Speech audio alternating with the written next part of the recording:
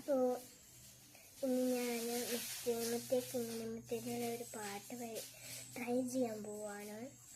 Success ആകും അതിലേത് നിങ്ങൾ പറയാം. എൻ്റെ തെറ്റുകളൊക്കെ പറയണേ, ഇമ്പ്രൂവ് എൻ്റെ തെറ്റുകളൊക്കെ ഒരു കമൻറ്റ് ഇട്ട് കഴിഞ്ഞാൽ അതൊക്കെ നോക്കി ഞാൻ ഇമ്പ്രൂവ് ചെയ്തിട്ട് നല്ല പോലെ ഒരു ദിവസം മുത്തേ പാടും.